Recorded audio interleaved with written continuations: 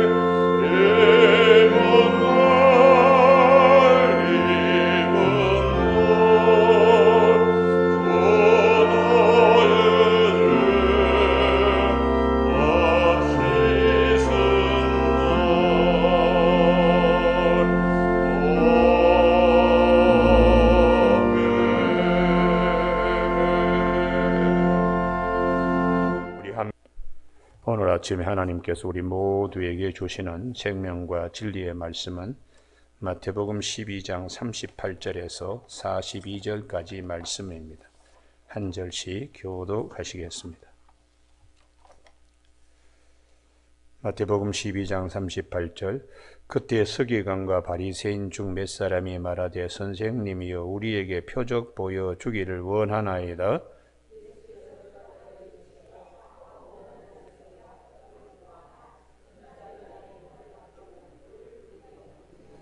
요나가 밤낮 사흘 동안 큰 물고기 뱃속에 있었던 것 같이 인자도 밤낮 사흘 동안 땅속에 있으리라.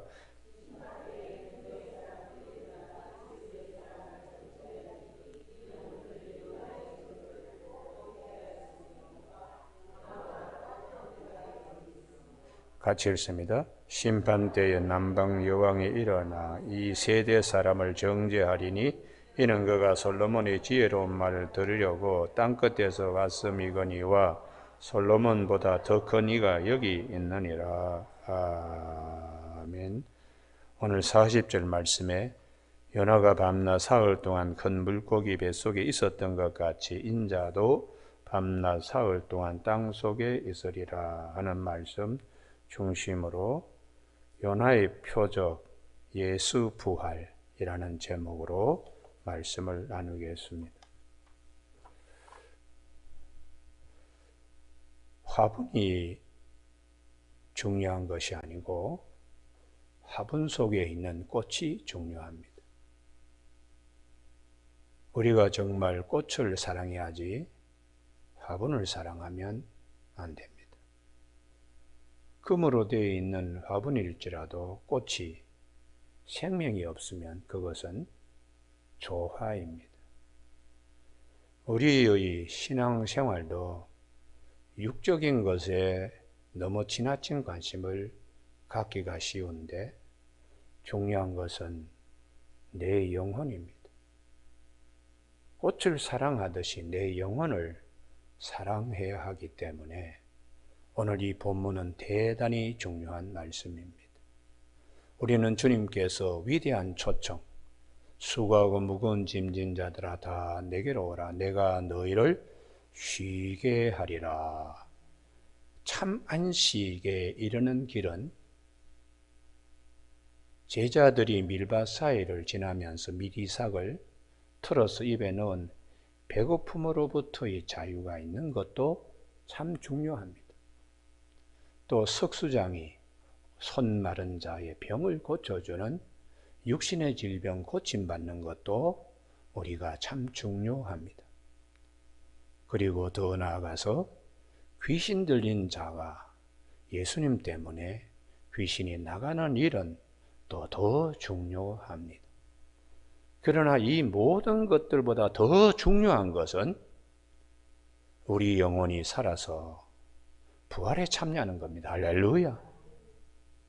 그래서 주님께서 수고하고 무거운 짐진 자들아 다 내게로 오라 내가 너희를 쉬게 하리라 할 때에 부활에 대한 신앙과 믿음이 거기까지 나가야 진정한 참 안식을 누릴 수가 있습니다. 우리는 오늘 바리새인들이 예수님께 나와서 표적을 요구하였습니다. 이것은 대단히 중요한 질문이기도 합니다. 귀신을 쫓아내고 그리고 성령에 대하여 말씀하신 주님에 대하여 이 바리새인은 예수님께 나와왔습니다. 표적을 원했습니다. 그때에 주님께서 요나의 표적을 말씀하셨습니다. 우리는 잘 알고 있는 것처럼 요나는 하나님께서 니느웨에 가서 회개하라고 이렇게 외치라고 할 때에 요나는 죽을까 봐 겁이 나서 다시스로 도망쳤습니다. 불순종한 요나가 결국 하나님께서 그 배에 있는 뱃사공들이 제비를 뽑아 요나 때문에 이렇게 모든 항해에 큰 차질이 있음을 알고는 그를 바다에 던졌습니다. 그러면 죽은 것이지요. 그런데 하나님의 은혜로 큰 물고기를 하나님이 예비하셔서 그 뱃속에 들어가게 했습니다. 그 뱃속에 들어간 요나가 간절히 기도했습니다. 내가 이 물고기 뱃속에서 나갈 수만 있다면 성전에 가서 다시 하나님을 제대로 섬기겠다고 회개하는 그런 요나가 되었지요. 불순종의 결과로 그는 바다에 던져졌지만 물고기 뱃속에 하나님의 사랑이 그 가운데 있어서 요나의 기도를 들으시고 이 물고기로 하여금 요나를 토해서 육지에 떨어지게 했습니다. 죽었던 요나가 사실은 물고기 뱃속에서 잠자는 것과 같은 상태에서 튀어나왔습니다. 그래서 요나가 니느웨 도성에 가서 3일 동안에 외쳐야 될 것을 하루 만에 다 전도하면서 회개하라고 했을 때에 거기 있는 도성의 임금부터 시작하여 가축에 이르기까지 공기로 숨을 쉬는 모든 것들이 다 회개하는 제 가운데 회개된 하나님의 심판을 하나님이 돌이켰습니다. 우리는 심판과 구원, 돌아섬, 이게 대단히 중요한데 마태복음 10장 40절에 너희를 영접하는 것은 너희를 보낸 나를 영접하는 것이요 나를 영접하는 것은 나를 보내신 하나님을 영접하는 것이니라. 할렐루야. 이게 대단히 중요합니다. 여기서 제자들을 보고서 그를 파송한 예수님을 보는 것, 여기까지는 육적일 수 있어요. 그 다음 말씀이 중요합니다. 예수님을 보면서 하나님을 보라는 거예요. 할렐루야. 여기서 넘어가는 것이 영입니다. 영. 할렐루야. 예. 그래서 우리가 영접할 때는 육을 영접하는 것이 아닙니다. 화분을 사랑하는 것이 아니고 꽃을 사랑하듯이 내 영혼을 사랑하면 영적 영접이 대단히 중요합니다. 할렐루야.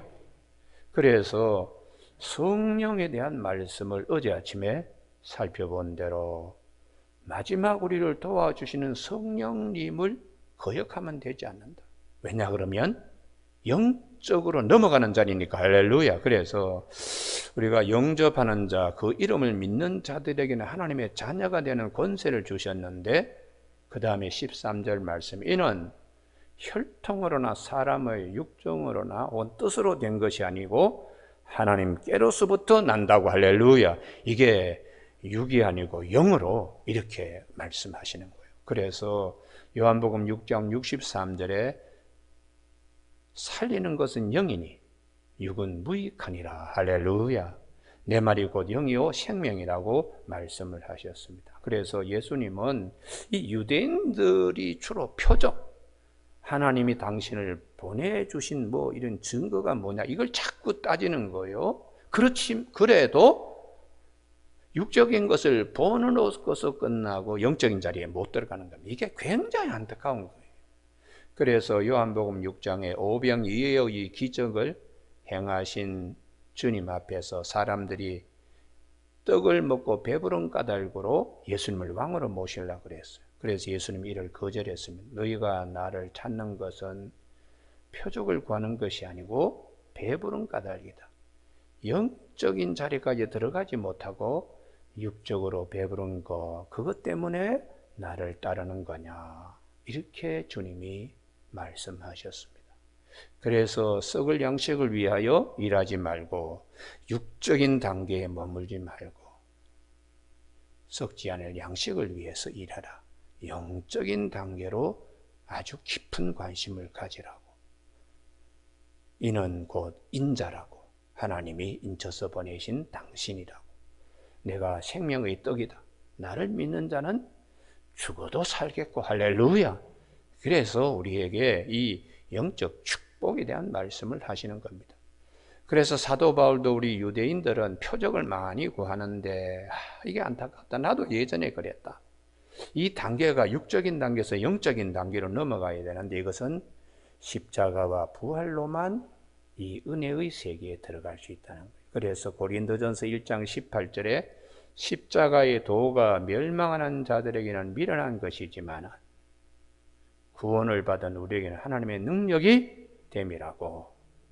유대인은 표적을 구하고 헬라인은 지혜를 찾으나 우리는 십자가에 못 박히신 그리스도를 전하니 유대인에게는 끓이기는 것이요 헬라인에게는 이 미방인에게는 미련한 것이로되 오직 부르심을 받은 자들에게는 유대인이나 헬라인이나 그리스도는 하나님의 능력이요 하나님의 지혜라고 이렇게 말씀하고 있습니다. 오늘 아침에 아주 귀한 말씀, 요나의 표적밖에 무덤 속에 들어가서 주님이 3일 동안에 계셨다가 다시 부활하실 것이 하나님이 나를 보내주신 유일한 표적이라는 할렐루야. 이게 이제 우리에게는 오늘 그냥 강 건너 불구경하듯이 보면 안 됩니다. 이게 곧 나를 위한 말씀입니다. 할렐루야. 예. 나를 위한 말씀이에요. 그래서 이 요나의 표적과 구약에 예수께서 37장 5절에 내가 생기를 너희에게 보내니 생기가 너희 속에 들어가서 너희가 살리라 하고 그 예수께서 37장에 여기를 꼭 아침에 찾으시기 바랍니다. 이게 찾아야 자기 말씀이 됩니다. 손으로 찾고 입으로 다시 봉송하고 눈으로 새기고 마음에 이걸 박힌 못으로 삼아야 자기 것이 돼요. 그 다음에 그 말씀이 살아서 나에게 운동력으로 말씀한 예수께서 37장 이게 굉장히 중요합니다. 1209면입니다. 구약성경 37장 4절에 너희 마른 뼈들아 여호와의 말씀을 들으라. 5절 주 여호와께서 이 뼈들에게 이같이 말씀하시 내가 생기를 너희에게 들어가게 하리니 너희가 살아나리라. 할렐루야.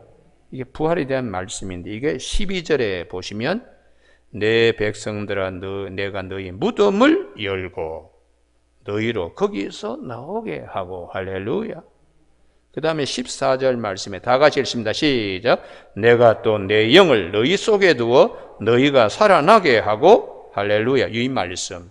그러니까 성령은 부활의 영입니다. 성령은 하나님의 영은 살아나게 하는 영이에요. 그렇기 때문에 성령을 거역하면은 이 생과 저 생에 소망이 없다고 부활에 참여가 어렵다고 말합니다. 그런데 안타깝게도 요한복음 7장에 초막절이 되었을 때에 예수님의 형제들은 예수를 믿지 않았다고요.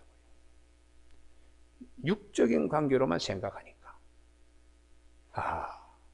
하나님이 우리를 구원하기 위하여 보내주신 분이라는 영적 관계로 들어가지 못하니까 예수님의 형제들까지도 예수님을 믿지 아니했다고. 이게 참 안타깝잖아요.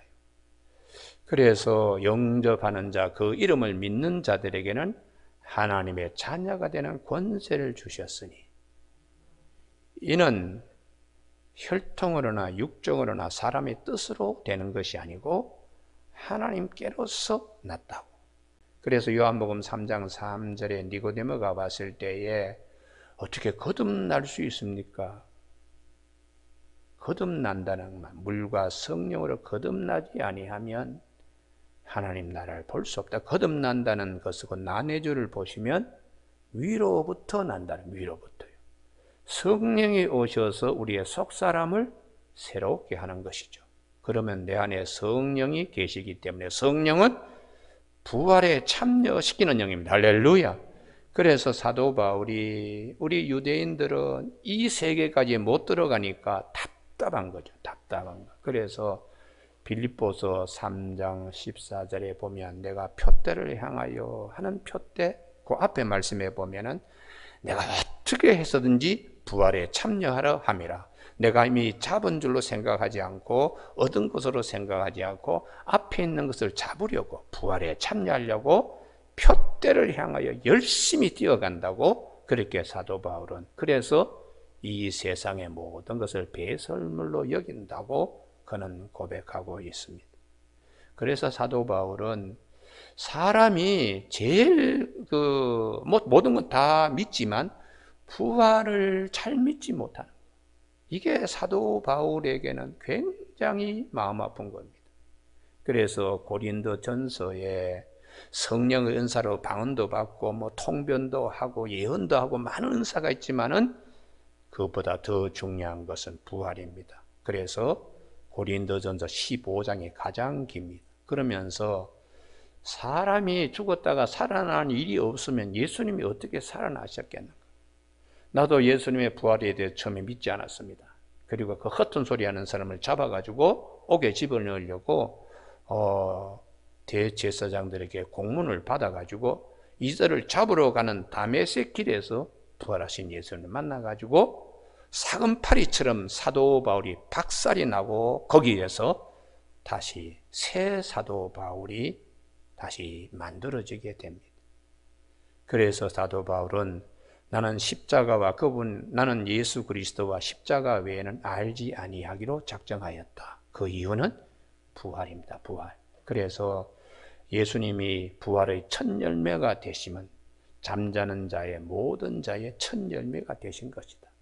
우리가 벼 이삭에서 하나가 피기 시작하면 나머지는 순차적으로 다 피듯이 예수님의 부활의 첫 열매가 되면 예수의 영을 가진 자는 다시 그 말씀대로 되는 것입니다. 이것의 보증으로 성령을 우리에게 주셨다는 거예요. 할렐루야.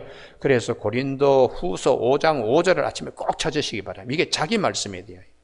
우리 한국교회의 교인들이 십자가 앞에서 눈물 콧물 다 흘리는 열정이 있습니다마는 부활에 대한 확신이 없는 것은 되게 큰 허점입니다. 육으로만 머물기 때문입니다. 예수 믿어가지고 부자 되고 예수 믿어가지고 무엇이 잘 되고 그것도 좋습니다만 중요한 것은 자기 영혼 구원에 대한 확신입니다. 고린도후서 5장 5절 이건 우리가 이 성경에도 맥을 짚어야 되는데요. 이 고린도후서 5장 5절이 대단히 중요합니다. 5장 5절 같이 읽으실까요? 시작.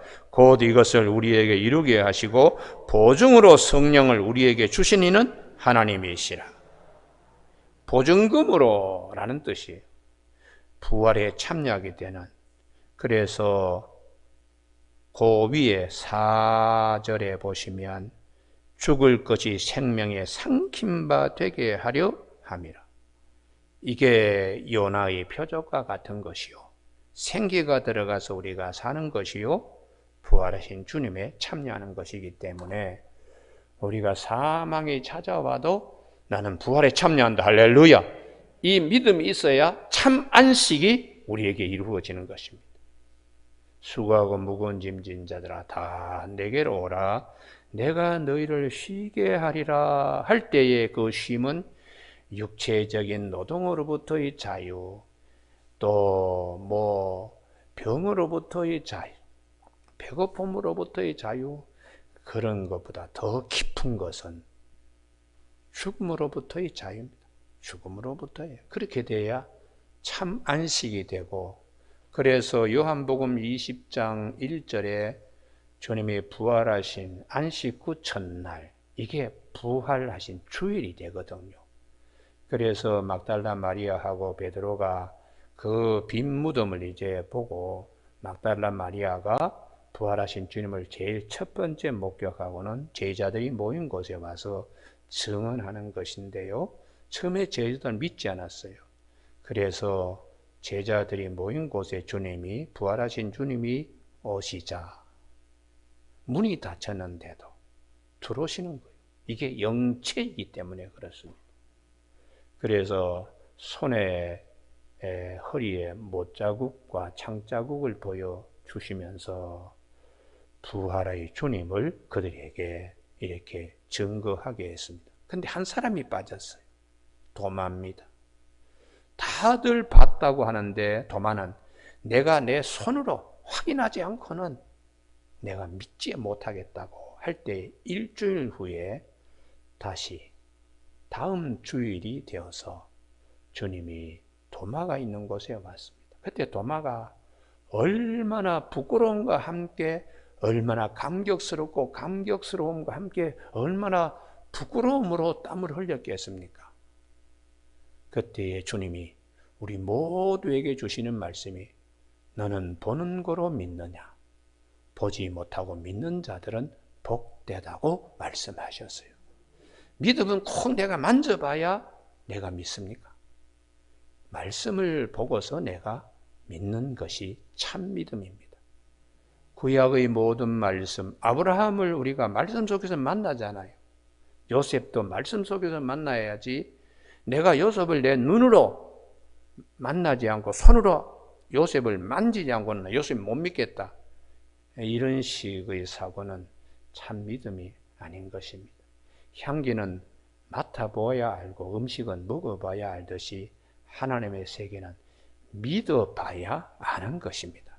그렇기 때문에 오늘 아침에 우리 요나의 표적밖에 하는 것은 주님께서 부활의 표적밖에, 그래서 요나의 표적과 에스겔서 37장의 두 말씀을 예수님은 성취시키기 위하여 오늘 우리에게 오시고 우리로 하여금 당신의 부활에 참여할 수 있도록 우리에게 성령을 보증금으로 보내주셨다는 사실을 꼭 기억하면서 내 영을 사랑하는 우리 모두가 되시기 바랍니다.